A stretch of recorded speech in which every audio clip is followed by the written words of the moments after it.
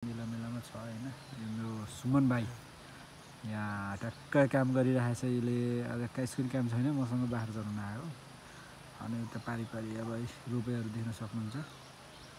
पारीमा चाहिँ रोपाइ चलिरहेको छ। अनि उहाँ पारी चाहिँ यो विशाल बजार हैन, यो गाउँ टक्क यसलाई हेर्नुहोस्। हामी यहाँ बसिरहेको छ। उता बगानी खेतको लागि तयारी गर्दै हुन्छ। खेत त गर्नु पर्यो हैन। ल हेर्नुहोस्, खेत पनि क्लियर छ। यो यताको मेरो खेत हो। हाम्रो नि बिहाड यस्तो भइरहेछ। हाम्रो अब 2 र 3 को रोप्ने हो। उता पारी मन्दिर छ, मन्दिरहरू भइरहेको टक्क हैन, देख्न सक्नुहुन्छ साथीहरू। अब बाटोहरू यस्तो छ हैन, गाउँतिर टाढो भइरहेको छ। उहाँ हाम्रो गाउँका केटाहरू चाहिँ टक्क खेतमा मिलाक्क रोपाइ छ।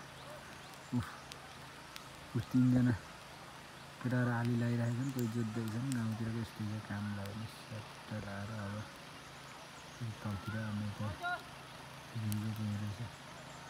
यता रवि दाइ उहाँ चाहिँ एकदम हुनाल जोत्नको लागि भाइहरू हुन्छ जस्तो लाग्यो होइन। यतानिर रोपाइ छ, गर्मी भयो जस्तो हुन्छ त्यो बहिनीलाई होइन। ट्याक्कै अब गाउँतिर बाग्लुङतिर यो बाग्लुङ भेगमा त अब लगभग रोपाइ सकिए जस्तो छ होइन साथीहरू। अनि अब त बाग्लुङ भेगतिर रोपाइ सकिए जस्तो छ। अब सट्ट